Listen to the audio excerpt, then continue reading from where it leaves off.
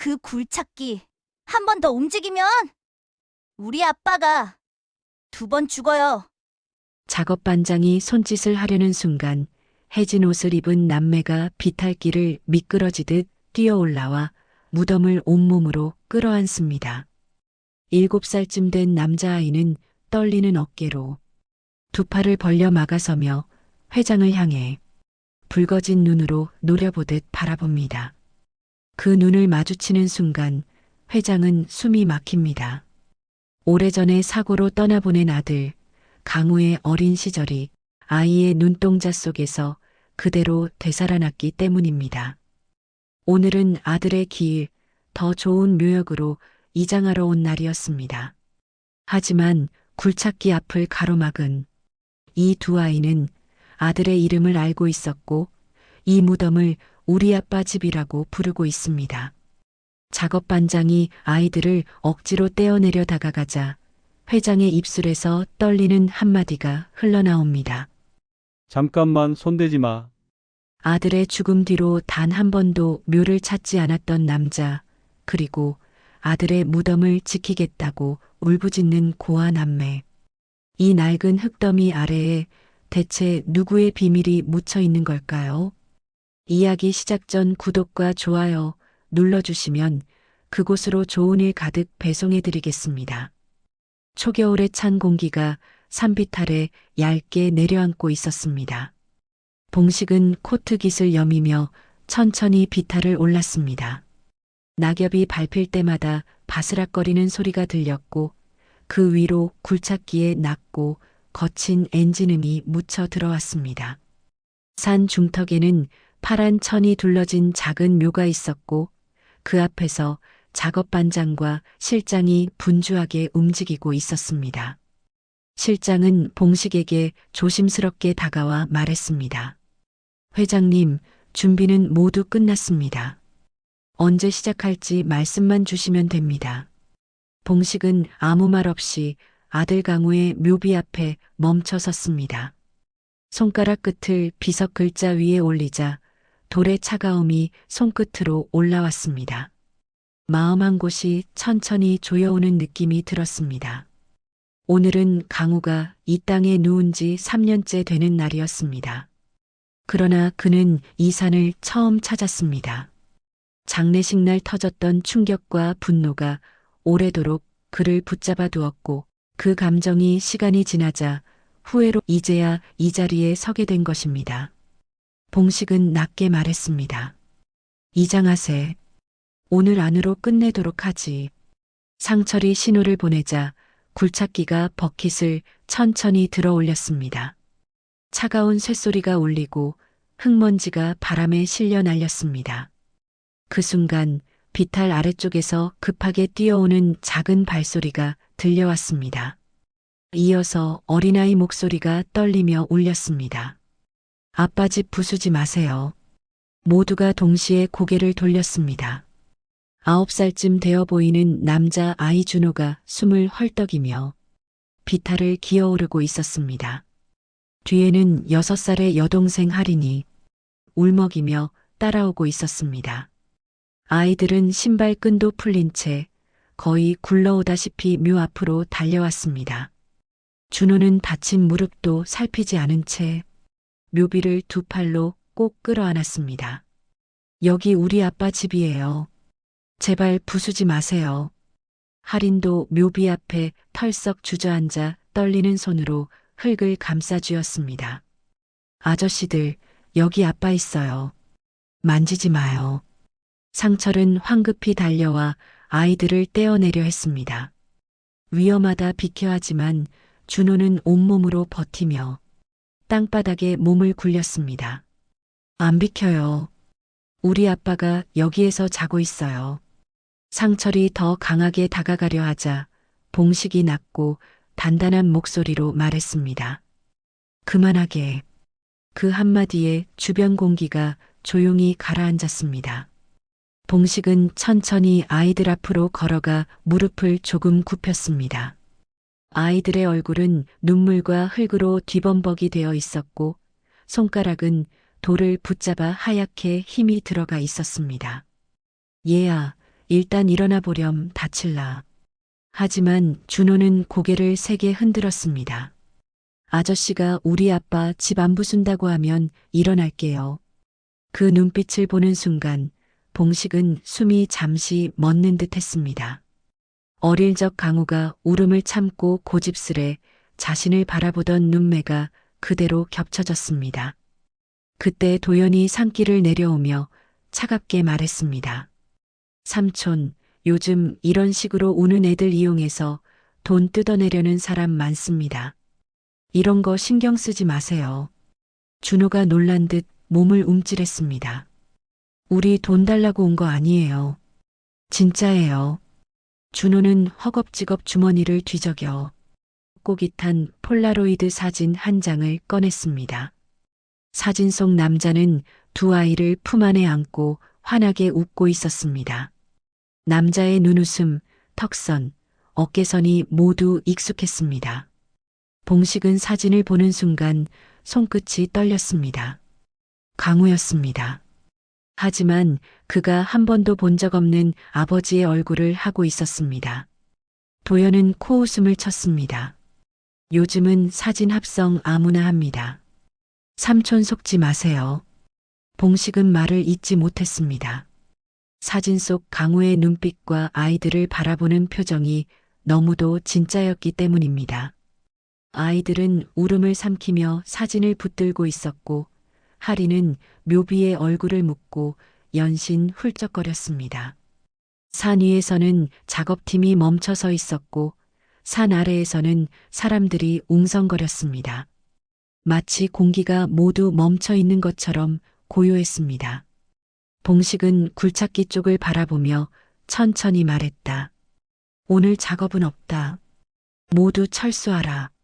상철은 놀란 얼굴이었지만 더 묻지 않았습니다. 실장은 즉시 작업팀에게 지시를 내렸습니다. 엔진이 하나둘 꺼지고 산에는 다시 찬바람만 남았습니다.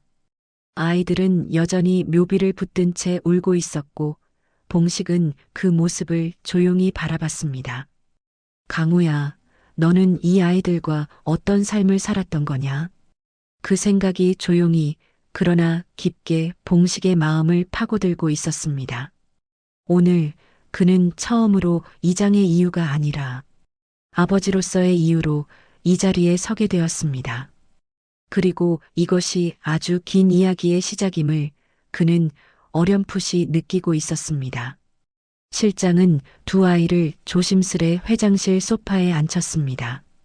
갑작스러운 산 중턱 사건 때문인지 아이들은 말수가 거의 없었습니다. 준호는 몸을 잔뜩 웅크린 채 양손으로 소매 끝을 비비고 있었고 하리는 오빠 옆에 바짝 붙어 머리카락으로 얼굴을 가리려는 듯 고개를 숙이고 있었습니다. 회장실 안은 조용했습니다. 커다란 유리창 너머로 도심의 불빛이 깜빡였지만 그 풍경조차 지금은 아이들에게 아무런 의미가 없었습니다. 봉식은 묘하게 떨리는 손끝을 숨기며 소파 맞은편에 천천히 앉았습니다. 아이들과 눈을 마주치는 순간 그의 가슴 한쪽이 조용히 흔들렸습니다. 산에서 아이들이 보였던 고집과 두려움이 아직도 어린 얼굴에 그대로 묻어 있었습니다. 아이들은 불편한 의자 위에서 서로의 손을 꽉 잡고 있었는데 작은 손가락이 하얗게 변할 정도였습니다. 실장이 부드러운 목소리로 물었습니다. 너희 괜찮니? 물이나 마실래? 하리는 대답 대신 고개를 아주 살짝 끄덕였습니다. 실장은 작은 종이컵에 따뜻한 물을 담아 건넸습니다. 어린아이가 컵을 잡은 손은 떨렸고 몇 방울이 무릎 위에 떨어졌지만 하리는 아픈 기색 없이 숨만 조심스럽게 내쉬었습니다. 잠시 후 봉식은 조용한 목소리로 아이들에게 말을 걸었습니다. 얘들아, 아까 산에서 말했던 아빠 얘기 조금만 더 들려줄 수 있겠니? 준호는 대답을 망설이다가 할인의 손을 한 번 더 꼭 잡았습니다. 그러곤 작은 목소리로 말했습니다. 아빠는 우리한테 항상 위험한 사람들 있다고 했어요. 그래서 집도 자주 바꿨고 이름도 숨기고 살았어요. 봉식의 눈썹이 천천히 움직였습니다. 이름을 숨기고 살았다니 대체 무슨 일이 있었던 걸까? 준호는 눈을 깜빡이며 말을 이어갔습니다. 아빠가 일하던 데에서 나쁜 사람들이 아빠한테 잘못했다고 우기고 아빠가 도망쳐야 한다고 했어요. 그리고 우리 엄마는 여기까지 말하던 준호의 목소리가 흔들렸습니다. 작은 턱이 덜컥 떨렸습니다. 우리 엄마는 할인이 낳고 하늘 날아갔어요. 할인이 그 말을 듣자마자 눈을 세게 감았습니다. 그 눈가에는 금방이라도 울음이 터질 것 같은 얇은 떨림이 생겼습니다. 봉식은 손끝을 가볍게 움켜쥐며 마음을 다잡으려 했습니다. 목 안쪽이 서늘하게 뻣뻣해지는 느낌이었습니다. 그래서 너희 아빠는 두 아이를 혼자 키웠다는 거니? 준호가 고개를 끄덕였습니다. 맞아요. 아빠가 우리한테 그랬어요. 혹시나 아빠한테 무슨 일 생기면 꼭 산에 오라고요. 거기 아빠가 자는 집이니까요. 봉식은 눈을 감으며 깊은 숨을 들이켰습니다. 강우가 살아있을 때 마지막으로 나눈 대화가 떠올랐습니다. 아버지, 나는 제 길을 찾고 싶어요. 회사 말고 제 삶을요. 그때 그는 그 말이 철부지의 변명이라 생각했었지만 지금은 그 말의 무게가 완전히 다르게 다가왔습니다. 실장은 아이들에게 작은 코코아를 건넸습니다. 따뜻한 냄새가 회장실에 은은하게 퍼졌습니다. 준호는 조심스럽게 컵을 잡았고 할인은 코를 킁킁거리며 입술 끝에 작은 미소를 만들었습니다. 긴장한 얼굴에 조금 따뜻함이 돌았습니다. 그 모습을 보며 봉식은 입술을 세게 깨물었습니다. 저 아이들이 정말 강우의 아이일까? 그렇다면 내가 지난 3년 동안 무엇을 모른 채 살았다는 말인가? 하지만 그는 기업 총수였습니다. 감정만으로 일이 흘러가게 둘 수는 없었습니다. 봉식은 실장을 향해 고개를 돌렸습니다. 지금 당장 유전자 검사 준비하게. 오늘 안으로 샘플 채취하고 최대한 빠르게 결과를 받도록 하세. 준호와 할인이 동시에 놀란 표정으로 고개를 들었습니다. 준호는 작은 목소리로 물었습니다. 저희 어딘가로 보내지는 거예요? 아니. 봉식은 즉시 대답했습니다. 너희는 여기 머물 거야. 결과가 나올 때까지는 안전한 곳에 있어야지.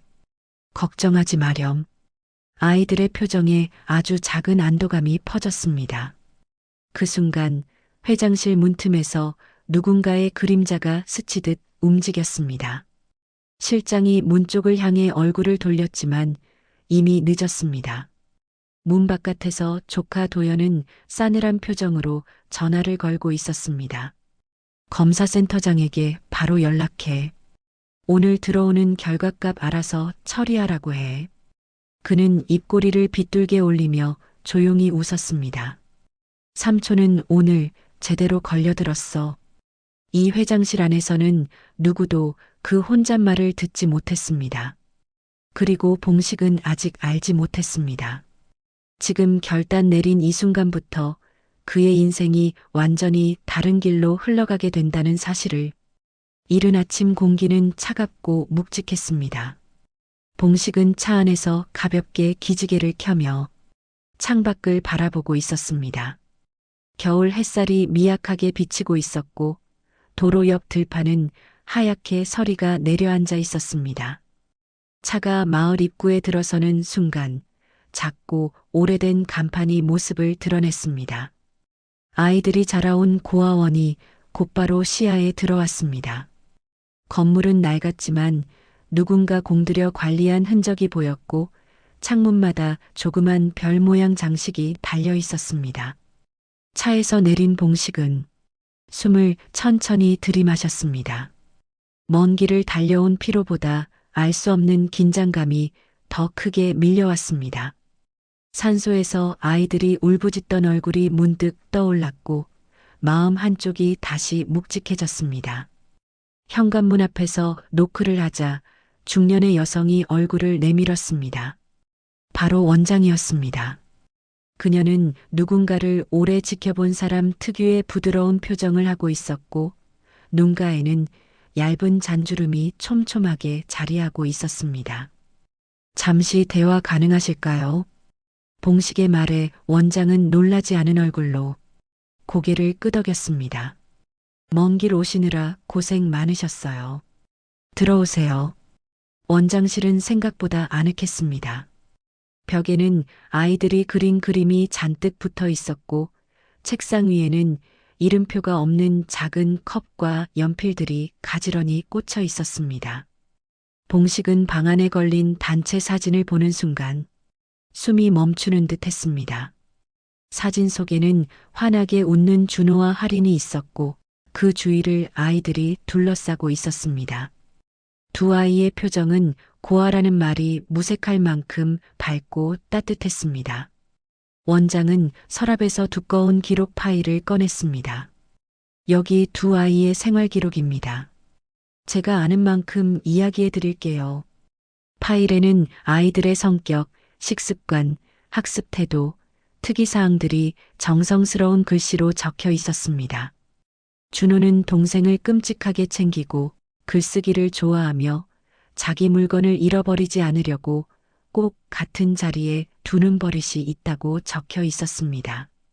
하리는 낯가림이 심하지만 금방 웃음을 되찾고 그림 그리는 걸 좋아해 하루에도 몇 장씩 색연필을 갈아치운다고 기록되어 있었습니다.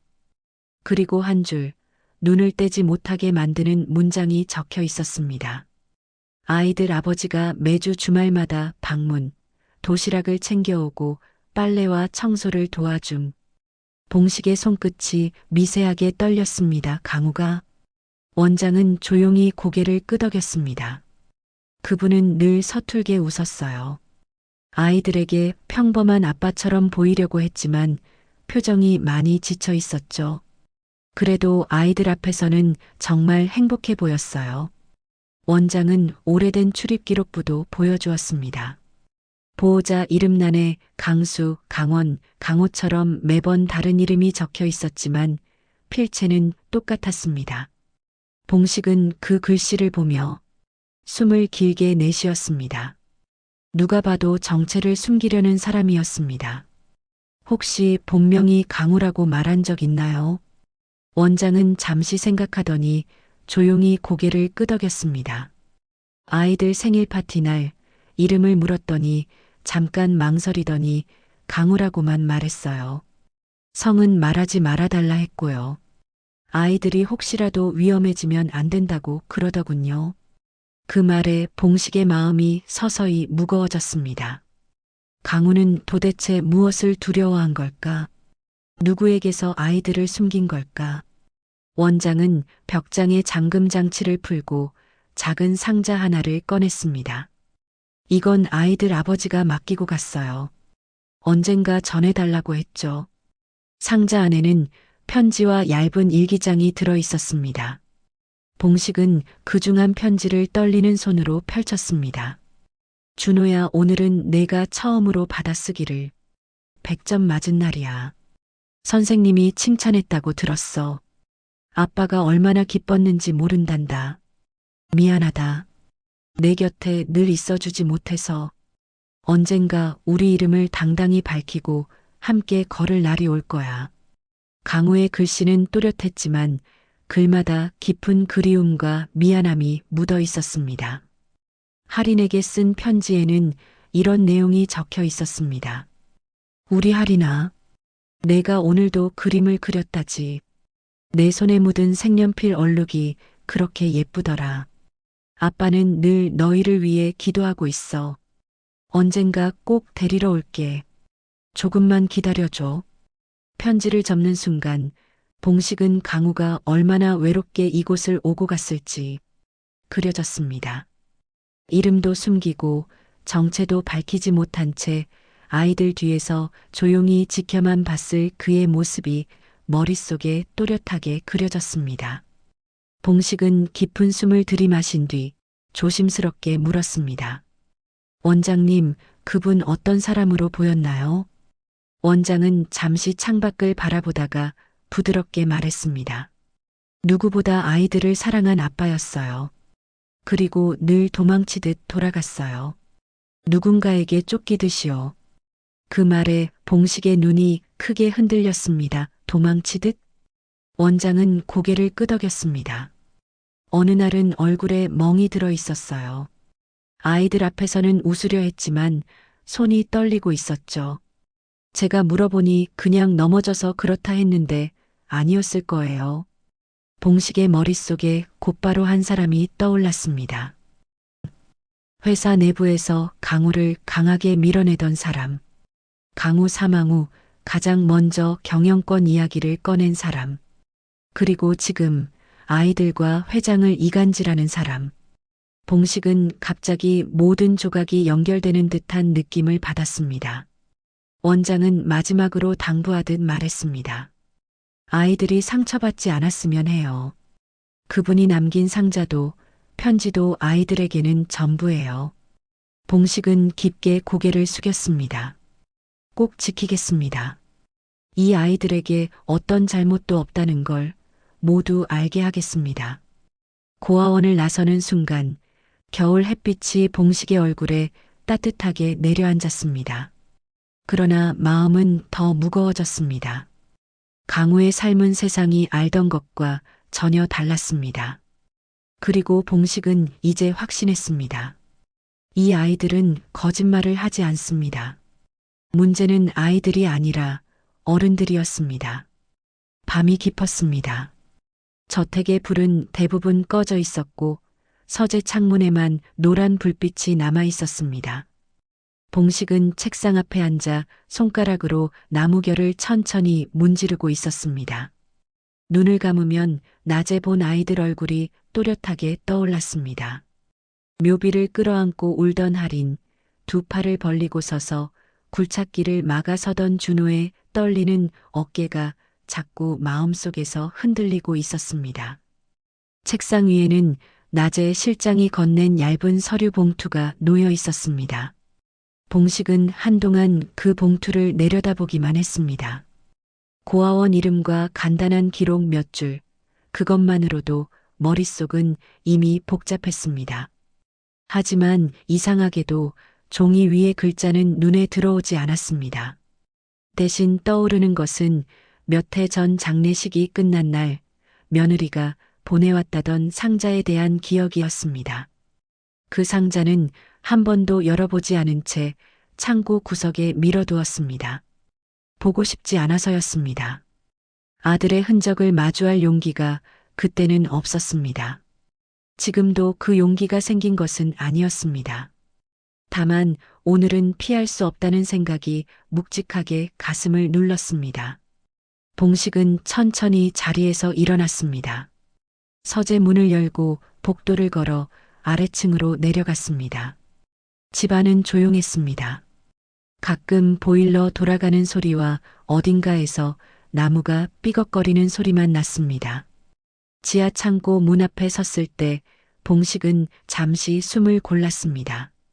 문 손잡이를 쥔 손에 힘이 들어갔습니다. 문을 열자 차가운 공기와 함께 먼지 냄새가 밀려나왔습니다. 형광등을 켜자 희미한 불빛이 박스 더미를 비췄습니다. 오래된 가구와 계절 지난 장식품들 사이에 누렇게 바랜 상자들이 겹겹이 쌓여 있었습니다. 봉식은 천천히 발을 옮겼습니다. 낡은 상자 하나가 눈에 들어왔습니다. 옆면에 굵은 매직으로 이름이 적혀 있었습니다. 강우. 그 이름을 보는 순간 봉식의 가슴이 묵직하게 내려앉았습니다. 목이 저릿해졌습니다. 그는 상자를 조심스럽게 들어 올렸습니다. 생각보다 가벼웠습니다. 아들의 남은 것들이 이 정도 무게밖에 안 된다는 사실이 갑자기 서글프게 다가왔습니다. 봉식은 상자를 품에 안다시피 안고 서재로 올라왔습니다. 책상 위에 상자를 올려놓고 한동안 뚜껑을 열지 못했습니다. 손등의 핏줄이 두드러지게 솟았습니다. 이 상자를 열면 되돌릴 수 없는 것을 보게 될 것 같은 두려움이 가슴을 감쌌습니다. 하지만 묘지에서 울던 아이들의 얼굴이 또렷하게 떠올랐습니다. 지금 피하면 안 된다는 생각이 결심처럼 올라왔습니다. 봉식은 깊게 숨을 들이켰습니다. 그리고 상자 뚜껑을 천천히 열었습니다. 안에는 가지런히 접힌 셔츠 몇 벌과 넥타이, 낡은 지갑, 손목시계가 놓여 있었습니다. 봉식은 하나씩 꺼내 들었습니다. 회색 줄무늬 셔츠 소매에는 아직도 다림질 자국이 남아 있었습니다. 이 셔츠를 입고 출근하겠다며 웃던 강우의 얼굴이 떠올랐습니다. 손목시계는 멈춘 지 오래였지만 유리 안쪽의 바늘은 아직 선명했습니다. 셔츠와 시계를 옆에 내려놓자 상자 바닥이 보였습니다. 그 아래에서 얇은 공책 하나가 뒤집힌 채 나왔습니다. 연한 갈색 표지에 볼펜으로 쓴 흔적이 비스듬하게 보였습니다. 봉식은 조심스럽게 공책을 집어들었습니다. 표지를 쓸어보니 손끝에 오래된 종이의 거친 감촉이 느껴졌습니다. 표지 안쪽에는 서툰 글씨가 적혀 있었습니다. 준호와 할인 이야기. 봉식의 손이 순간 멈췄습니다. 준호와 할인이라는 글자가 눈을 찌르는 것처럼 선명하게 박혔습니다. 그는 떨리는 손으로 첫 페이지를 넘겼습니다. 날짜가 적혀 있었습니다. 몇 년 전 어느 봄날이었습니다. 그 아래에는 강우의 글씨가 빼곡하게 채워져 있었습니다. 오늘 준호가 처음으로 아빠라고 또렷하게 불렀다. 작은 입으로 겨우 내뱉는 그 한마디를 듣는데 갑자기 눈물이 나왔다. 아이가 손을 뻗어 내 넥타이를 잡아당기며 웃었다. 세상에서 제일 큰 상을 받은 것처럼 마음이 벅찼다. 글은 짧았지만 문장 사이사이에 숨겨진 감정이 선명하게 전해졌습니다. 봉식은 문장 하나하나를 입속으로 조용히 옮겼습니다. 글씨 끝마다 강우의 숨결이 묻어 있는 것 같았습니다. 다음 장을 넘기자 여름 날짜가 나왔습니다. 할인이 오늘 걸음을 뗐다. 준호가 옆에서 손을 잡아 끌어주다가 같이 넘어져서 둘이 엉엉 울었다. 울다가도 서로를 붙잡고 웃었다. 둘을 보고 있으면 힘든 것도 잠시 잊힌다. 아버지께 말을 못 드리는 게 마음에 계속 걸린다. 그래도 언젠가는 말씀드릴 거다. 내 아이들이라고, 내가 책임지겠다고. 봉식의 눈이 그 문장에서 멈췄습니다. 아버지께 말을 못 드리는 게 마음에 계속 걸린다. 그 한 줄이 서재 공기 전체를 무겁게 만들었습니다. 봉식은 무의식적으로 자신의 가슴을 눌렀습니다. 갑자기 숨이 답답해졌습니다. 그는 의자 등받이에 몸을 기대고 잠시 눈을 감았습니다. 머릿속에서는 과거의 장면들이 뒤섞여 올라왔습니다. 회장 자리에서 내려와도 강우 결혼 문제는 내가 결정하겠다고 말하던 자신, 회사와 집안을 위해서라며 조건을 따지고 따졌던 그때의 목소리가 귀에 다시 들리는 것 같았습니다. 그때 강우의 눈에는 이런 마음이 숨겨져 있었던 것입니다. 봉식은 다시 공책을 들었습니다. 몇 장을 넘기니 날짜가 점점 최근으로 다가왔습니다. 어느 겨울날 기록이 눈에 들어왔습니다. 오늘 준호가 묻는다. 왜 우리는 아빠 집에 안 가고 늘 이 집에서만 만나냐고. 할인은 옆에서 내 코트를 붙잡고 울음을 참는다. 대답을 못해 입안이 바짝 말랐다. 아버지께 말씀드리면 모든 것이 해결될까? 아니면 모든 것이 끝나버릴까? 겁이 난다. 그래도 언젠가는 말해야 한다. 글씨가 뒤로 갈수록 조금씩 흐트러지고 있었습니다. 문장의 끝마다 망설임이 묻어났습니다. 봉식은 종이 위에 손을 올렸습니다. 아들의 손이 지나간 자리를 더듬듯이 천천히 쓸었습니다. 예전 어느 날 강우가 서재 문 앞까지 왔다가 돌아서던 뒷모습이 떠올랐습니다. 그날따라 문손잡이가 미세하게 흔들렸었는데 봉식은 일부러 못 본 척 신문만 펼쳤습니다. 그때 문을 열고 들어왔더라면, 그때 한 번만 묻어두지 않고 들여다봤더라면 지금 이 공책은 필요 없었을지도 몰랐습니다. 봉식의 눈가가 뜨거워졌습니다. 시야가 흐릿해졌습니다. 종이를 적시지 않으려고 한 손으로 눈을 꾹 눌렀습니다. 떨리는 숨이 가늘게 새어나왔습니다. 그렇게 잠시 숨을 고른 뒤 그는 다시 공책을 펼쳤습니다. 이번에는 페이지 중간을 조심스럽게 넘겼습니다. 그곳에는 또 다른 날짜가 적혀 있었습니다. 2021년 10월 18일. 내일 아버지를 찾아간다. 더는 숨기고 싶지 않다. 준호와 할인을 내 아이로 인정받고 싶다. 떳떳하게 손을 잡고 아버지 앞에 서고 싶다. 두려운 것도 많다. 그래도 사랑은 죄가 아니라고 말하고 싶다. 내가 잠깐 욕을 먹더라도 아이들은 더 이상 숨지 않게 하고 싶다. 문장 끝이 조금 번져 있었습니다.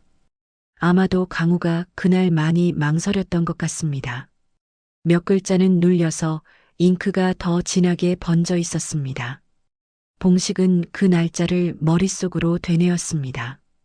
22년이 아니었습니다. 바로 사라지기 전 그 무렵이었습니다. 장례식 날짜와 단단히 엉켜있는 숫자들이 머릿속에서 날카롭게 겹쳐졌습니다. 내일 아버지를 찾아간다. 그 한 줄이 머릿속을 계속 맴돌았습니다. 그 다음날 강우는 돌아오지 못했습니다.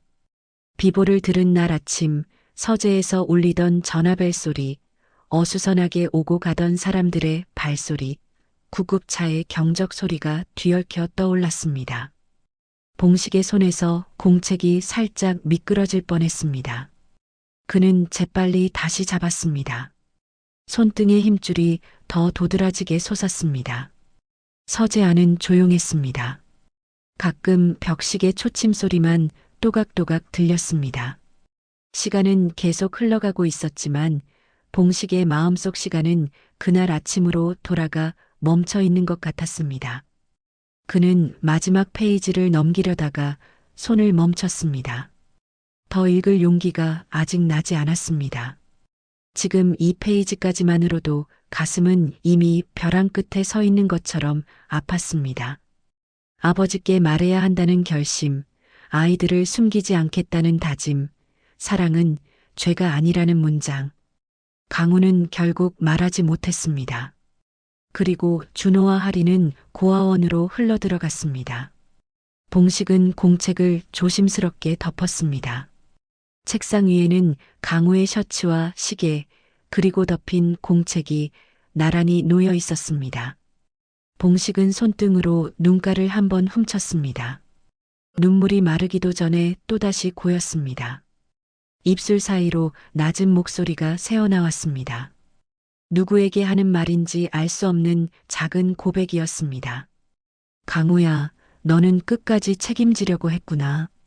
숨기려 한 사람이 아니었구나. 말은 작았지만 서재 안에 오래 머물렀습니다. 봉식은 자리에서 천천히 일어났습니다. 공책을 품에 안았습니다. 손바닥에 종이의 각진 모서리가 눌려오는 느낌이 또렷했습니다.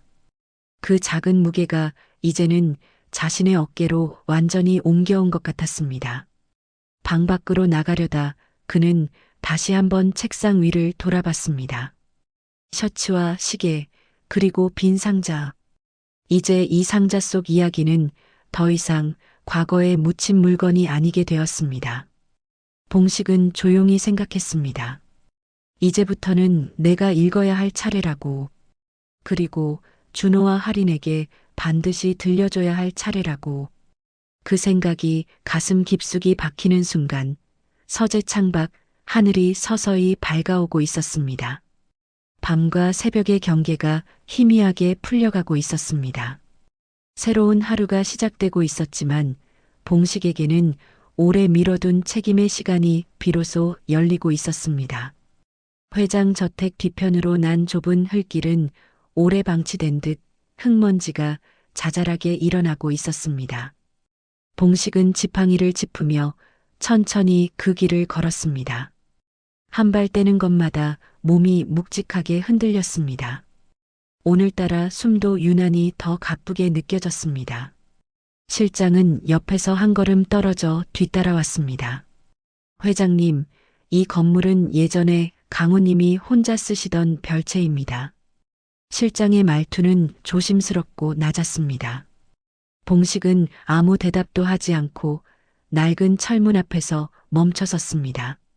손잡이는 녹이 슬어 있었고 고정 나사 위로 줄줄이 흐른 녹물이 마치 오랜 시간 누구의 손길도 닿지 않았다는 것을 말해주고 있었습니다. 봉식은 떨리는 손으로 손잡이를 눌렀습니다.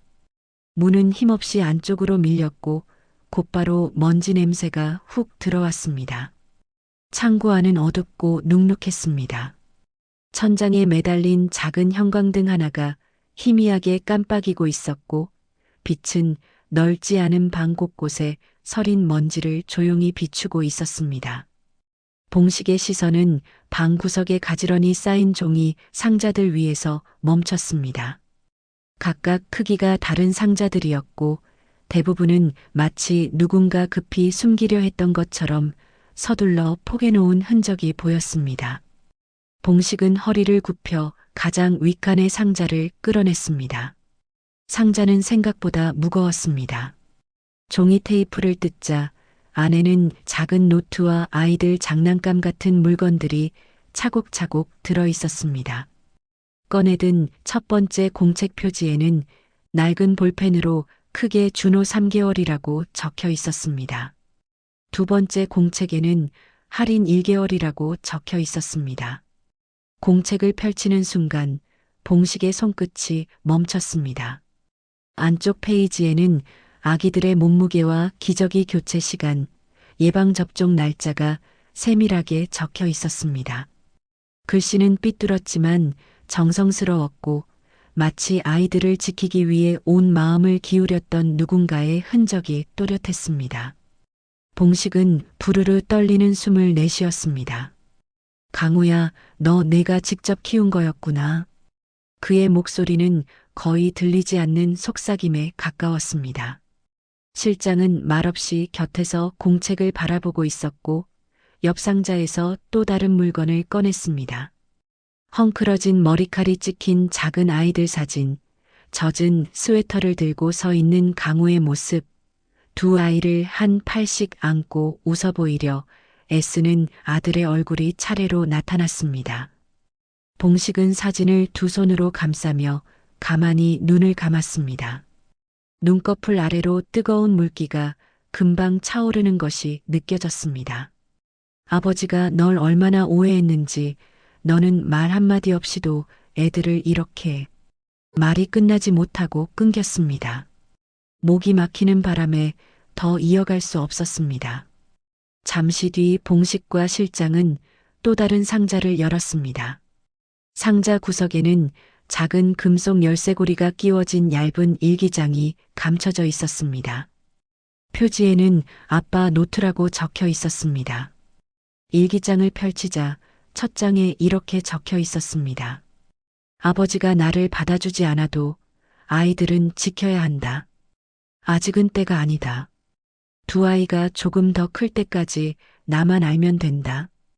봉식은 그 문장을 손끝으로 천천히 쓰다듬었습니다. 눈물이 떨어져 글씨 위에 번졌습니다. 그 순간이었습니다. 창고 밖에서 바람과 섞인 미세한 타는 냄새가 스쳐 들어왔습니다. 실장은 고개를 들어 문 쪽을 보았습니다. 회장님, 뭔가 냄새가 이상합니다. 문을 열기 위해 돌아섰는데 바로 그때였습니다. 쾅 하는 둔탁한 폭발음과 함께 창고 천장 근처에서 불꽃이 튀어 올랐습니다. 형광등이 한순간 강하게 번쩍였다가 꺼져버렸고 금세 방 안은 매캐한 연기로 가득 찼습니다. 불입니다. 회장님 나가셔야 합니다. 실장은 봉식의 팔을 붙들고 밖으로 끌어냈습니다. 봉식은 발버둥치며 외쳤습니다. 안 돼. 저기 안에 강우의 기록이 아이들 기록이 전부. 그러나 연기는 너무 빠르게 번져나갔습니다. 천장 일부가 떨어지기 시작했고 불길은 방 안 상자들을 단숨에 덮어버렸습니다. 일기장과 공책, 사진 대부분이 불꽃 속에서 형체를 잃고 있었습니다. 봉식은 불길을 향해 몸을 돌리려 했지만 실장이 두 팔로 막아섰습니다. 회장님, 들어가시면 죽습니다. 봉식의 얼굴은 뜨겁게 달아오른 불빛에 비쳐 일그러져 있었습니다. 두 눈은 시뻘겋게 젖어 있었고 입술은 떨고 있었습니다. 저기만 있으면 강우가 얼마나 고생했는지 사람들이 믿을 수 있는데 창고는 결국 완전히 불길에 휩싸였습니다. 폭발음과 함께 지붕이 무너져 내리자 봉식은 힘없이 무릎을 꿇었습니다. 아들의 모든 진실이 불 속에서 사라진 순간이었습니다. 그리고 멀리서 어둠 속의 한 남자가 그 장면을 조용히 바라보고 있었습니다. 그는 바로 도연이었습니다. 입가에 아주 희미한 그러나 숨길 수 없는 냉소가 번져 있었습니다. 봉식은 그 모습을 보지 못한 채 타들어가는 연기를 하늘로 올려다보며 속으로 중얼렀습니다. 강우야, 아버지가 미안하다. 너무 미안하다. 불길은 이미 모든 증거를 삼켜버리고 있었습니다. 병실 창가에는 비가 길게 흘러내리고 있었습니다. 회색빛 하늘 아래에서 실내는 더 어둡게 느껴졌고 봉식은 침대에 기대 앉은 채 한참 동안 말을 잇지 못했습니다. 강우가 남긴 창고 흔적이 잿더미가 되어 사라진 뒤 마음속에 마지막으로 의지하던 기둥 하나가 무너져 내린 듯 했어요. 손등이 천천히 떨리고 있었고 눈빛에는 깊은 피로가 번져 있었습니다.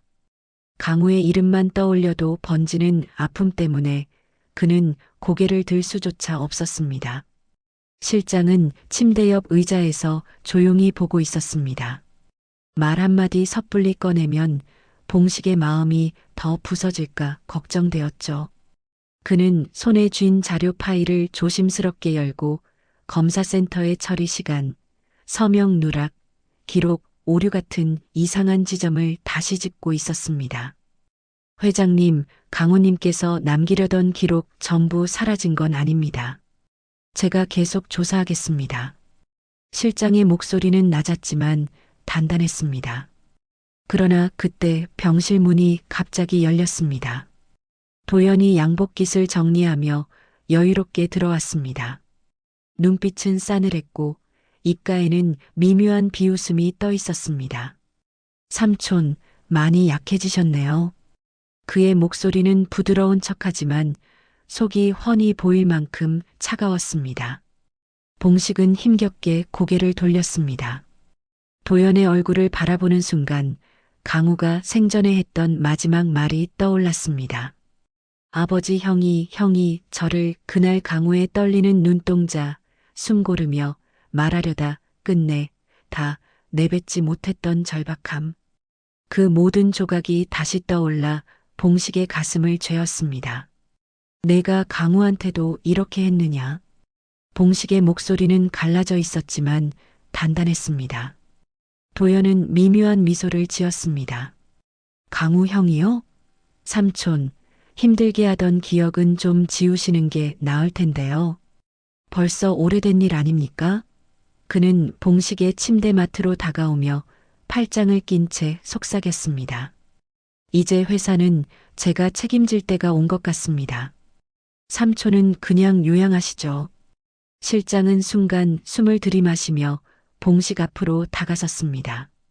그러나 봉식은 도연의 얼굴을 뚫어지게 보며 말했습니다. 내 눈빛에서 내가 한 짓이 보이는구나. 그 순간 도연의 눈가가 단단하게 굳었습니다. 그러나 그는 태연한 척 고개를 돌리며 말했습니다. 저는 더 이상 삼촌의 감정적 판단에 휘둘릴 수 없습니다. 회사는 이미 긴급 이사회 준비 중입니다. 화재 사고의 책임도 사기꾼 아이들 문제도 모두 삼촌의 관리 부실로 판단되고 있어요. 병실 문이 닫히고 도연이 사라지자 침묵이 한동안 이어졌습니다. 봉식의 손이 미세하게 떨리고 있었고 실장은 급히 링거를 정리하며 말했습니다. 회장님, 아직 모든 게 끝난 건 아닙니다. 강우님의 기록은 불타 없어졌지만 남매가 들고 있는 증거가 있을 수도 있습니다. 그리고 검사센터 직원은 아직 확인되지 않은 게 많습니다. 하지만 그때 실장의 휴대전화가 울렸습니다. 원장에게서 온 다급한 전화였습니다. 아이들이 강제로 다른 시설로 옮겨진다는 통보를 받았습니다. 도연 부사장 쪽에서 압력을 넣는 것 같습니다. 원장의 목소리는 떨리고 있었어요. 봉식의 눈이 크게 흔들렸습니다. 아이들이라는 단어가 들리는 순간 강우의 얼굴이 겹쳐졌습니다. 누군가에게 잘못 뒤집어 씌워졌던 날들, 숨어서 아이들을 키우던 그의 모습, 남매의 작은 손이 그의 묘비를 붙잡고 울던 장면 모든 것이 한꺼번에 밀려왔습니다. 아이들 태윤이와 하윤이 그 애들한테까지 내 놈이 손을 대는구나. 봉식은 이를 악물며 침대 난간을 붙잡았습니다. 실장이 다급히 달려와 부축했지만 봉식은 몸을 일으켰습니다. 이대로 있으면 모든 게 끝나. 그는 숨을 고르며 말했습니다.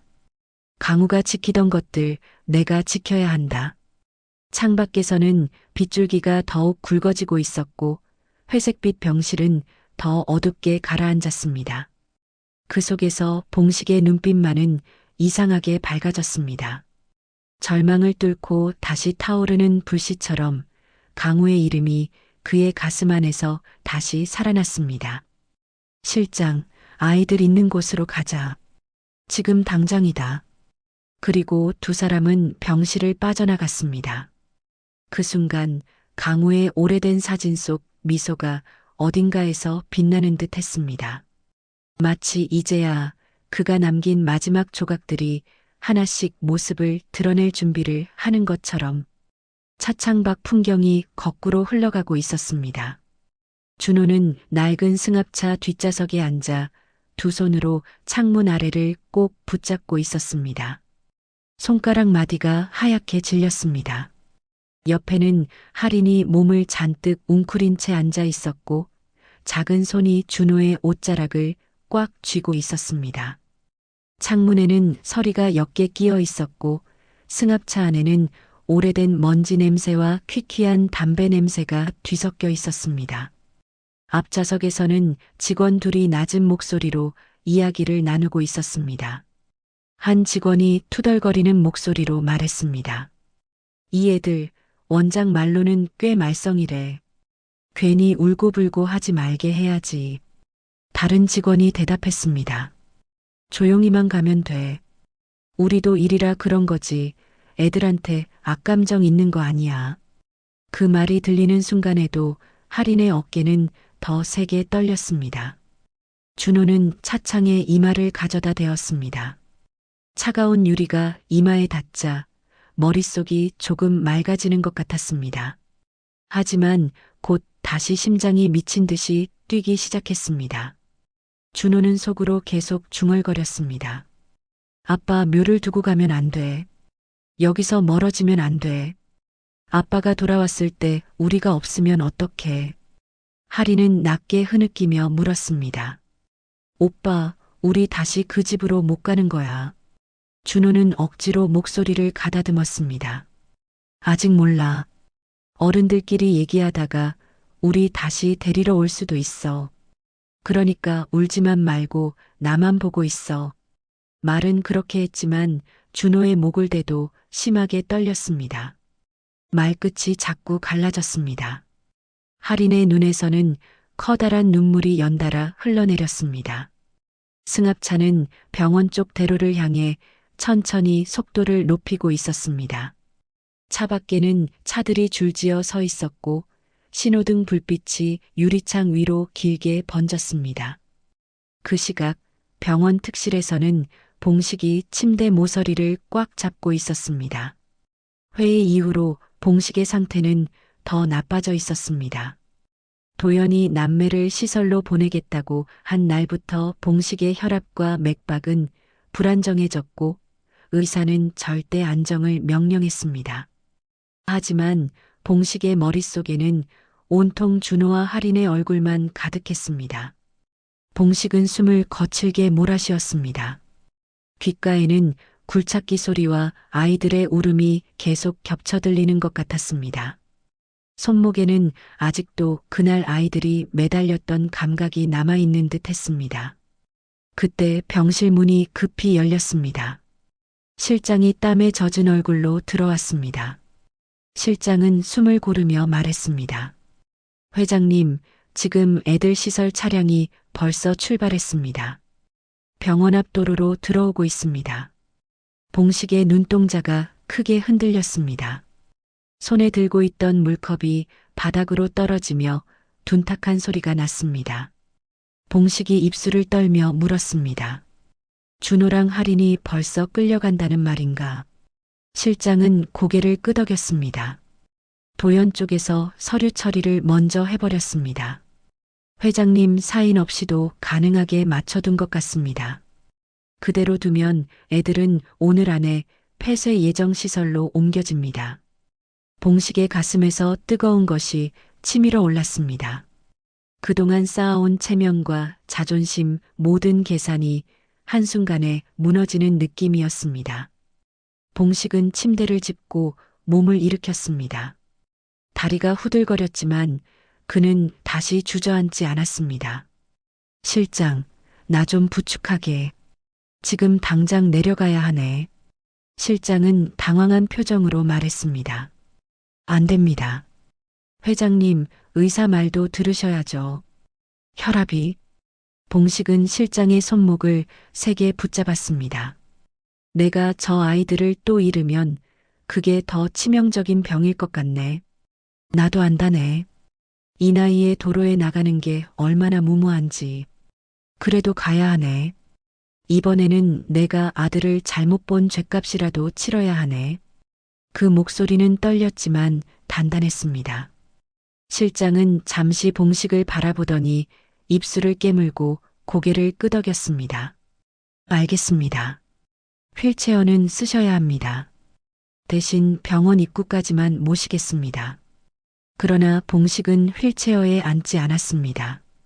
구부정한 허리로도 두 발로 바닥을 밟고 싶었습니다.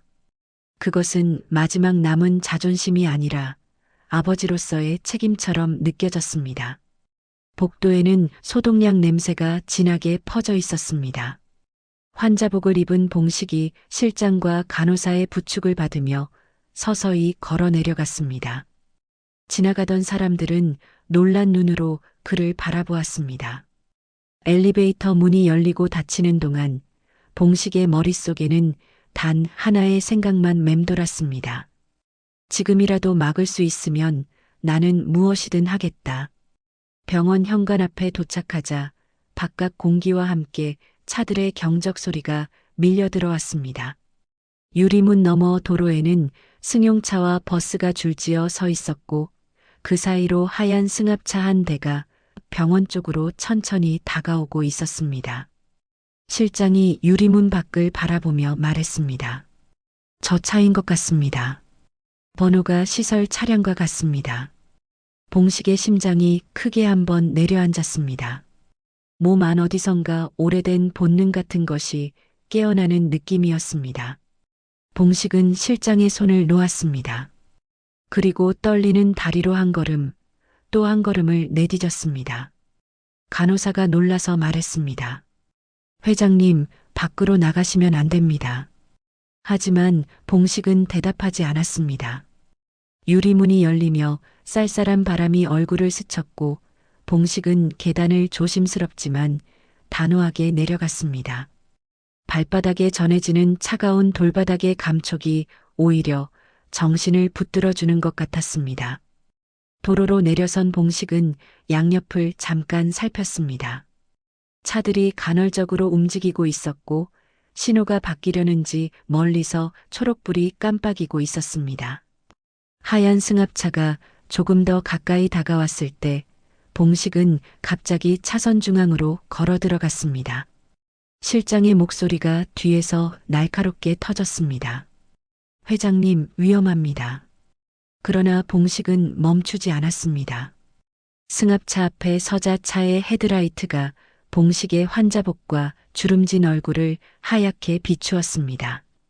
운전기사는 깜짝 놀라 급히 브레이크를 밟았습니다. 타이어가 도로를 긁는 소리가 크게 울렸고 뒤따르던 차들에서도 경적 소리가 연달아 터져 나왔습니다. 운전기사가 창문을 내리고 소리쳤습니다. 할아버지, 뭐 하시는 겁니까? 빨리 비키셔야죠.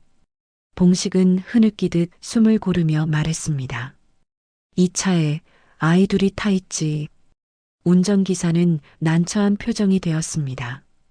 그건 저희 업무라서 말씀드리기 어렵습니다. 길막하시면 안 됩니다. 그때 뒷좌석 안쪽 창문에 작은 손이 탕 하고 부딪혔습니다. 할인의 손이었습니다. 할인은 눈물을 줄줄 흘리며 고개를 흔들고 있었습니다. 준호가 그 옆에서 필사적으로 손을 흔들고 있었습니다. 입술은 계속 움직이고 있었지만 차창 너머로는 소리가 제대로 들리지 않았습니다. 봉식은 그 모습을 보자 다리가 풀린 것처럼 흔들렸습니다. 하지만 그는 오히려 더 앞으로 나아가 승합차 보닛 위에 양손을 짚었습니다. 이 아이들은 안 돼. 이 애들은 여기서 떠나면 안 돼. 봉식의 목소리는 갈라지고 있었습니다. 숨이 가빠져 가슴이 요동쳤지만 그는 몸을 조금도 빼지 않았습니다. 운전기사가 다시 말했습니다. 저희는 지시에 따라 움직이는 겁니다. 서류도 다 나왔고요. 비켜주셔야 합니다. 그 말에 봉식의 눈빛이 흔들렸습니다. 서류라는 단어가 귓가에서 무겁게 맴돌았습니다. 지금까지 자신의 인생을 지탱해 온 것이 바로 그런 서류와 도장들이라고 생각했습니다. 서류가 있으면 모든 것이 정당해진다고 믿었던 자신이 떠올랐습니다. 그러나 바로 그 서류들 때문에 아들이 집을 떠나야 했고 이 손녀와 손자가 길바닥을 떠돌게 되었습니다. 봉식은 낮은 목소리로 말했습니다. 내가 이 회사의 회장일세. 이 아이들 아버지의 아버지일세. 그 서류들 내가 다시 쓰게 하겠네. 그러니 지금은 차문을 열어주게. 운전기사는 망설였습니다. 그때 뒤쪽에서 실장이 뛰어와 운전석 옆으로 서며 신분증을 보여주었습니다. 이분 말씀대로입니다. 회사 이사회장님이십니다. 방금 전에 시설 이송 관련해서 내부조사 지시가 떨어졌습니다. 지금 이송을 강행하면 나중에 책임을 지셔야 할 수도 있습니다. 운전기사는 그 말을 듣고 얼굴이 굳어졌습니다. 몇 초 동안 아무 말도 못하고 있다가 깊게 숨을 들이쉬었습니다. 저희도 괜히 책임지고 싶어서 이러는 건 아닙니다. 나중에 문제가 되면 저희도 곤란해지니까요. 운전기사는 결국 한숨을 쉬며 말했습니다. 알겠습니다. 잠깐만요. 아이들만 내리게 하겠습니다. 대신 우리는 위에서 다시 지시를 받아야 합니다. 뒷좌석 문이 천천히 열렸습니다. 가장 먼저 내린 것은 준호였습니다. 준호는 차에서 내리자마자 봉식을 올려다보았습니다. 얼굴에는 아직 눈물 자국이 번져 있었지만 눈동자에는 이상한 빛이 섞여 있었습니다. 두려움과 동시에 믿고 싶은 마음이 함께 있는 눈빛이었습니다. 할인은 문턱을 내려오다가 발이 걸려 휘청거렸습니다. 준호가 재빨리 할인을 잡아주었습니다. 봉식은 그 앞에서 한 발짝도 움직이지 못했습니다. 목구멍이 꽉 막힌 것처럼 아무 말도 나오지 않았습니다. 대신 할인이 먼저 봉식에게 다가왔습니다. 할인은 봉식의 환자복 소매를 조심스럽게 잡았습니다. 할아버지, 우리 정말 여기서 안 보내는 거예요. 아이의 목소리는 아직 울음이 가시지 않아 떨렸습니다. 준호는 아무 말 없이 봉식을 바라보며 입술을 깨물었습니다. 봉식은 그제야 두 아이의 손을 동시에 잡았습니다. 주름진 손이 작은 손을 감싸 쥐자 손끝으로 아이들의 체온이 생생하게 전해졌습니다. 그래, 나는 최봉식이네. 너희 아버지 강우의 아버지네. 이번에는 절대 너희를 보내지 않겠네. 그 말은 봉식 자신에게 하는 맹세처럼 들렸습니다. 도로 한가운데 차들이 둘러싼 공간에서 세 사람은 잠시 그렇게 서 있었습니다. 주변 운전자들은 여전히 경적을 울리기도 했지만 누군가는 창문 밖으로 조용히 그 모습을 지켜보고 있었습니다. 감정을 섞은 한숨이 여기저기서 흘러나왔습니다. 실장이 다가와 말했습니다. 회장님, 더 서 계시면 안 됩니다. 아이들과 함께 안으로 들어가셔야 합니다. 이제부터는 안에서 싸우셔야 합니다. 봉식은 고개를 끄덕였습니다. 그러나 그 한 걸음을 떼는 것이 쉽지 않았습니다. 이 도로 위에서 봉식은 오래전 잃어버린 시간을 겨우 붙잡은 것 같았습니다. 지금 돌아서면 다시 놓쳐버릴 것 같은 두려움이 스멀스멀 올라왔습니다. 준호가 먼저 한 걸음 앞으로 나섰습니다. 할아버지, 같이 가요. 나랑 할인이 할아버지 옆에서 있을게요. 그 말이 봉식의 등을 부드럽게 밀어주었습니다. 세 사람은 천천히 인도로 향했습니다. 봉식의 한쪽 팔에는 준호가, 다른 쪽에는 할인이 매달리듯 붙어 있었습니다. 뒤에서 승합차 문이 닫히는 소리가 들렸습니다. 하지만 이번에는 그 소리가 이별의 소리처럼 느껴지지 않았습니다. 병원 쪽에서 바라보던 사람들은 조용히 길을 비켜주었습니다. 누군가는 눈가를 훔치며 속삭였습니다. 저게 진짜 가족이지.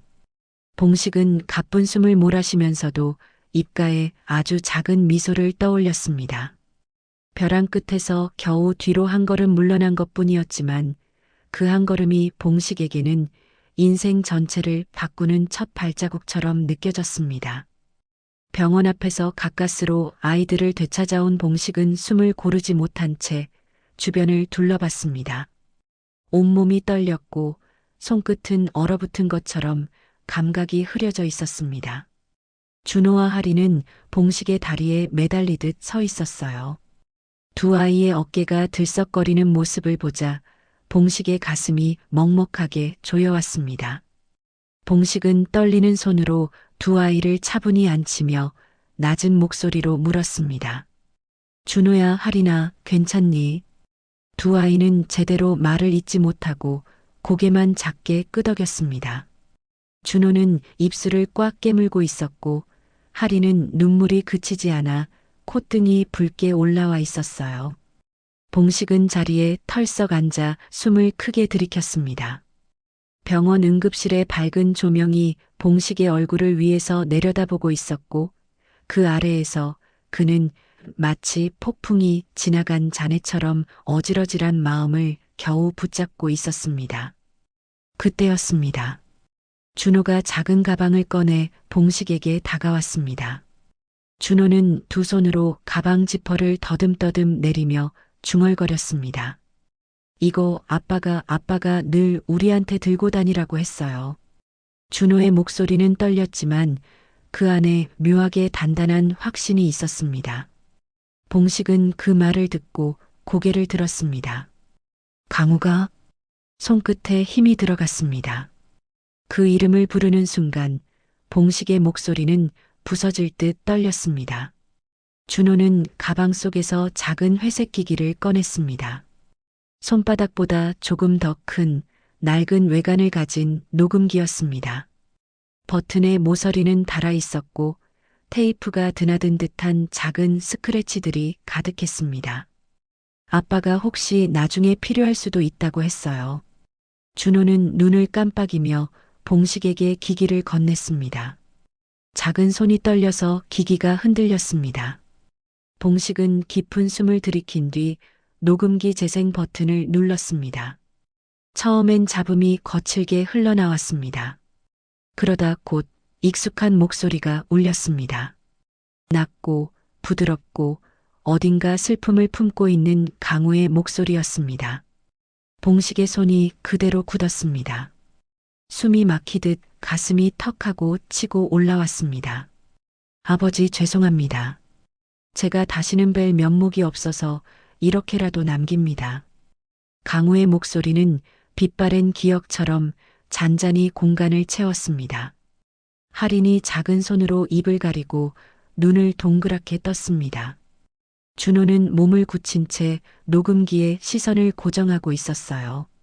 녹음기에서는 강우가 아이들 이야기를 조심스럽게 털어놓았습니다.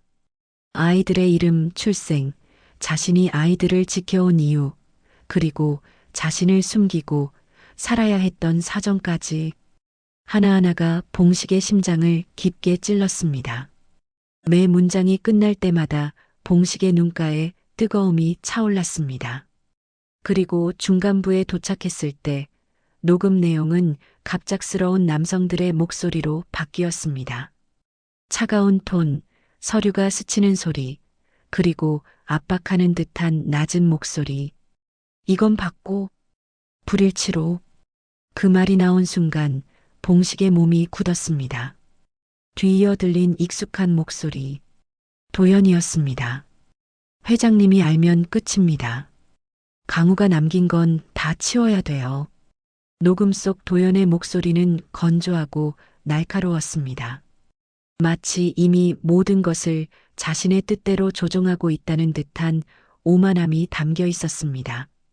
증거는 전부 처리하고 서류는 오늘 안에 넘기고.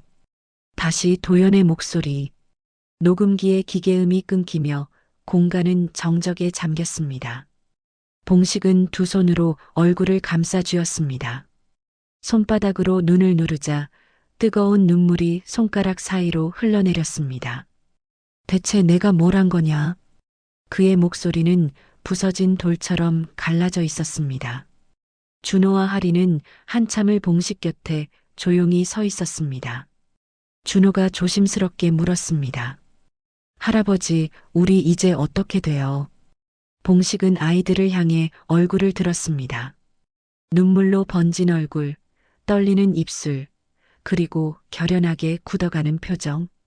그는 두 아이의 작은 손을 천천히 잡았습니다. 이제부터 내가 너희를 지킬 거다. 그 목소리는 떨렸지만 그 안에는 단호한 힘이 서려 있었습니다. 병원 대기실의 차가운 공기가 서서히 따뜻하게 바뀌는 듯 했습니다. 아이들의 눈빛에도 희미한 안도감이 떠올랐습니다. 하지만 봉식의 마음속에는 단 하나의 생각만이 태풍처럼 자리 잡고 있었습니다. 이 모든 조작을 끝내야 한다. 도연을 반드시 끌어내려야 한다.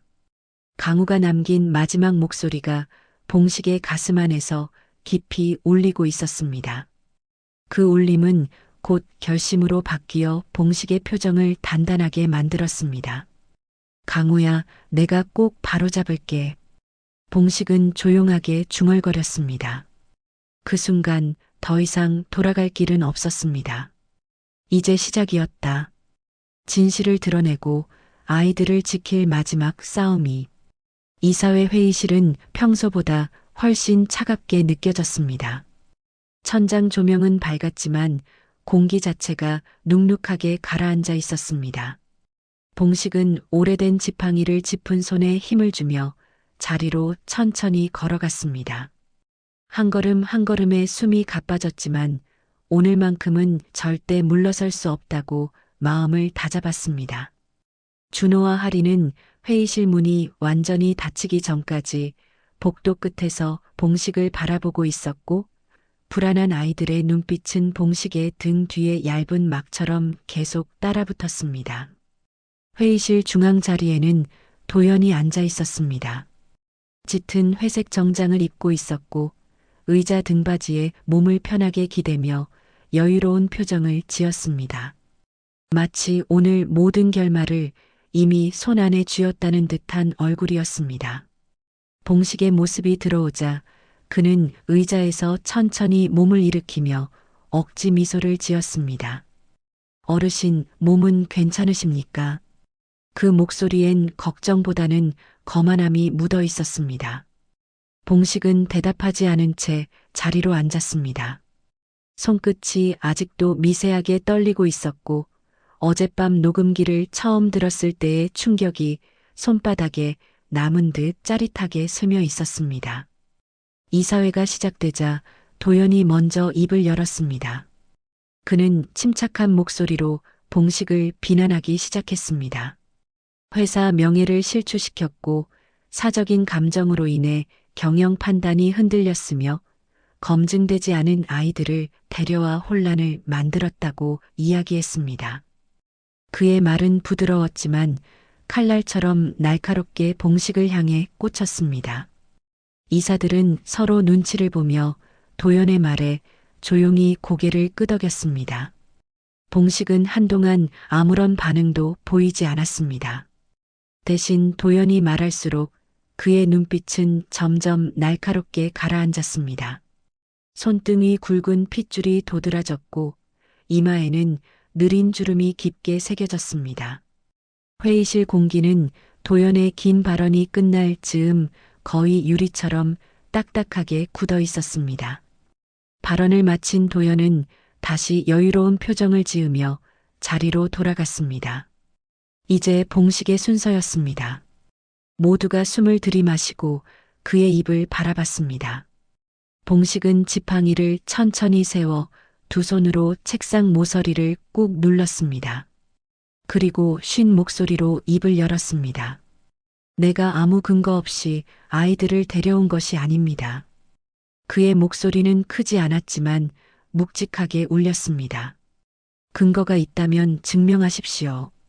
도연이 비웃듯 말했습니다. 그 순간 봉식은 천천히 외투 안쪽에서 작은 녹음기를 꺼냈습니다. 회의실 전체가 조용해졌습니다. 이사들은 무슨 물건인지 확인하려고 의자 몸을 앞으로 기울였습니다. 이 녹음기는 준호의 가방에서 나왔습니다. 그리고 여기에는 강우의 목소리와 도연의 목소리가 함께 담겨 있습니다. 도연의 미소가 딱 멈췄습니다. 회의실 공기가 갑자기 무거워졌고 이사들의 눈동자가 동시에 흔들렸습니다. 재생 버튼이 눌리는 딸깍 소리가 유난히 크게 들렸습니다. 강우 목소리가 최초로 흘러나오자 봉식은 손가락을 꽉 쥐며 숨을 삼켰습니다. 회의실 스피커에서 울리는 강우의 목소리는 낮고 떨렸습니다. 아버지, 제가 남긴 아이들이 있어요. 이름은 준호와 할인입니다. 제 잘못이 크지만 아이들만은 지켜주세요. 봉식의 눈이 붉게 물들었습니다. 손등이 떨렸고 입술도 살짝 흔들렸습니다. 이사들 사이에서도 숨죽이는 기척이 퍼졌습니다. 도연은 얼굴이 하얗게 질려가고 있었습니다. 그리고 다음 순간 도연의 목소리가 재생됐습니다. 유전자 결과는 그대로 안 쓰면 되잖아. 회장이 흔들리게 해. 서류는 내가 처리할게. 회의실 공기는 완전히 얼어붙었습니다. 누구도 눈을 깜빡이지 못하고 녹음기에 귀를 붙인 듯 했습니다. 도연은 자리에서 벌떡 일어나며 손을 내저었습니다. 저건 조작입니다. 말도 안 되는 편집입니다. 봉식은 천천히 고개를 들었습니다. 눈가는 젖어 있었지만 얼굴은 단단하게 굳어 있었습니다. 도연아, 내가 나를 이렇게까지 속일 줄은 몰랐다. 그 말은 조용하게 울렸지만 도연의 다리를 휘청이게 만들 만큼 무거웠습니다. 그리고 그 순간 회의실 문이 쾅 열리며 경찰들이 들어왔습니다. 앞장선 형사가 도연의 이름을 부르며 체포영장을 제시했습니다. 도연은 허탈한 표정으로 뒷걸음질치다 경찰들에게 손목을 잡혔습니다. 그는 마지막까지 봉식을 향해 고함을 질렀습니다. 회장님, 그 아이들 때문에 망하는 겁니다. 전부 그 애들 때문이라고요. 그 말은 회의실 바닥에 가라앉아 아무도 반응하지 않았습니다. 대신 이사들은 서로를 바라보며 조용히 고개를 떨구었습니다. 누가 봐도 판세는 완전히 끝난 상황이었습니다. 도연이 끌려나가고 문이 닫히자 회의실은 숨을 죽인 듯한 정적만 남았습니다. 봉식은 깊게 숨을 들이마시며 지팡이를 짚고 천천히 몸을 일으켰습니다. 눈가에는 미세한 떨림이 남아 있었지만 그의 등은 이전보다 조금 덜 구부정해 보였습니다. 그리고 회의실을 걸어나가며 봉식은 마음속으로 조용히 중얼거렸습니다. 강우야, 이제 조금은 너에게 갚을 수 있을 것 같구나. 복도 끝에서 준호와 할인이 그를 기다리고 있었습니다. 준호는 조심스레 다가와 봉식의 손을 잡았습니다. 할인도 작은 손으로 그의 외투를 꼭 붙잡았습니다. 봉식은 그 따뜻한 손의 온기를 느끼며 아주 조용히 미소를 그렸습니다. 지켜줄게. 너희도 강우도. 그 말은 누구에게 들리지 않았지만 봉식에게는 25년 만에 처음으로 마음 깊이 내려놓는 고백처럼 느껴졌습니다. 강우의 묘 앞에 다시 서 있는 순간 봉식의 걸음은 조심스러웠습니다. 산바람이 장가지들을 스치며 낮은 소리를 냈고 그 소리 사이로 남매가 웅크린 채 묘비를 어루만지고 있었습니다. 준호는 깨끗하게 씻겨진 손으로 묘비의 글자를 천천히 따라 쓰고 있었고 할인은 작은 꽃다발을 품에 꼭 안은 채 묘 앞에 앉아 있었습니다. 둘의 어깨는 아주 조용하게 떨리고 있었어요. 앞으로 다가오는 봉식을 본 준호는 놀란 듯 고개를 들었지만 금세 그 표정은 차분해졌습니다. 할인은 봉식에게 달려오다 잠시 멈춰서서 조심스럽게 고개만 끄덕였습니다. 봉식은 두 아이 앞에서 한참을 서 있었습니다. 어떤 말로 시작해야 이 아이들의 마음에 상처를 덜 남길 수 있을지 고민이 깊었습니다. 묘비를 바라보는 그의 눈은 이미 젖어 있었고 손끝은 묘비의 차가운 돌결을 느끼며 아주 천천히 움직였습니다. 그러다 봉식은 깊은 숨을 들이마시고 묵직하게 말을 꺼냈습니다. 강우야, 내가 지키고 싶었던 사람들 내가 이제부터 지키겠습니다. 목소리는 낮고 단단했지만 중간중간 떨림이 묻어났습니다. 준호는 봉식의 등 뒤로 다가와 조심스레 물었습니다. 할아버지, 이제 우리 어디로 가요? 그 말은 질문이었지만 사실은 두려움과 기대가 섞인 간절한 신호였습니다. 봉식은 천천히 몸을 돌려 준호의 어깨 위에 손을 올렸습니다. 손바닥이 닿자 준호의 어깨가 순간 움찔했지만 금세 긴장을 풀고 고개를 숙였습니다. 너희가 가고 싶은 곳으로 간다. 하지만 그 전에 너희는 나와 함께 집으로 가자. 너희 아빠가 남긴 길을 함께 걸어가 보자. 목소리는 부드러웠지만 깊은 결심이 담겨 있었습니다.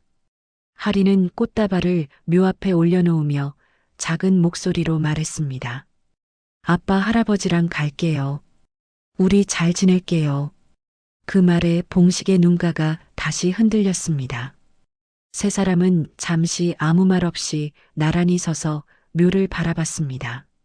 맑은 바람이 아이들의 머리카락을 스치고 지나가자 봉식은 그것조차 강우의 손길처럼 느껴졌습니다.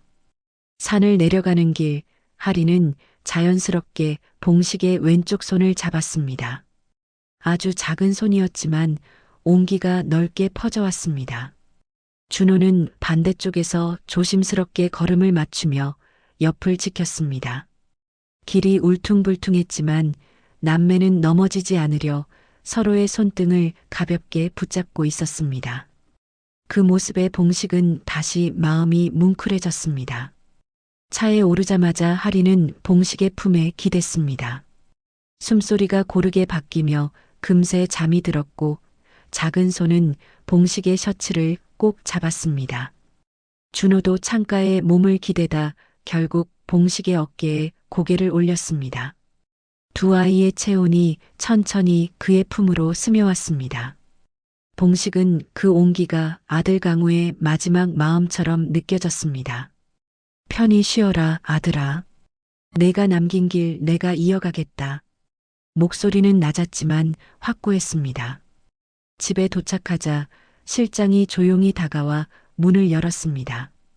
아이들이 놀라지 않도록 조심스럽게 표정을 맞춘 모습이었습니다. 봉식은 잠든 두 아이를 품에 안고 집 안으로 들어갔습니다. 이 집이 오늘부터 세 사람의 새로운 출발점이 되는 순간이었습니다. 준호는 침대에 눕혀지자 잠결에 중얼거렸습니다. 아빠, 우리 지켜줘. 그 속삭임이 봉식의 가슴을 파고들었습니다. 봉식은 억누르는 표정을 지으며 아이의 머리칼을 천천히 쓸어 올렸습니다. 그래, 준호야. 이제는 내가 너희를 지킨다. 할인도 침대에 눕자마자 손을 허공으로 뻗으며 잠꼬대를 했습니다. 작은 손을 봉식의 손바닥이 감싸주자 그제야 편안한 표정이 자리 잡았습니다. 창밖엔 어둠이 깔렸지만 집안의 작은 조명들은 따뜻하게 빛나고 있었습니다. 그 아래서 봉식은 혼자 소파에 앉아 잠든 아이들을 바라보았습니다. 강우의 사진이 거실벽에 걸려 있었고 사진 속 강우는 여전히 밝은 미소를 짓고 있었습니다. 그 미소가 오늘따라 더 선명하게 다가왔습니다. 봉식은 사진을 향해 아주 작게 고개를 숙였습니다. 너는 지금 이 아이들을 얼마나 사랑했는지 내게 다시 알려주었구나. 그는 눈가를 닫고 자리에서 일어났습니다. 오늘로써 아들의 원한을 풀고 새로운 가족을 맞이한 셈이었습니다. 슬픔도 후회도 여전히 남아 있었지만 이제는 지켜야 할 이유가 2명이나 생겼습니다. 잠든 남매를 다시 바라본 봉식의 얼굴엔 조용한 미소가 떠올랐습니다. 그리고 아주 낮은 목소리로 말했습니다. 가자. 우리 셋 새로운 삶을 걸어보자. 지켜야 할 사람을 위해 때로 우리는 늦게라도 용기를 냅니다. 그리고 그 용기 덕분에 한 가정은 다시 서로의 손을 잡게 됐습니다. 오늘 사연 속 세 사람처럼 우리 삶에도 말하지 못한 마음이 남아있다면 지금 이 순간 조용히 떠올려 보셔도 좋겠습니다. 누군가에게 건네지 못한 한마디, 아직 닿지 못한 따뜻한 손길이 있다면 말입니다. 당신의 인생이 봄날의 햇빛처럼 따뜻해지기를 바라겠습니다. 들어주셔서 고맙습니다. 구독과 좋아요 눌러주시고 어디에서 듣고 계신지도 댓글로 남겨주세요. 부르의 사연이었습니다.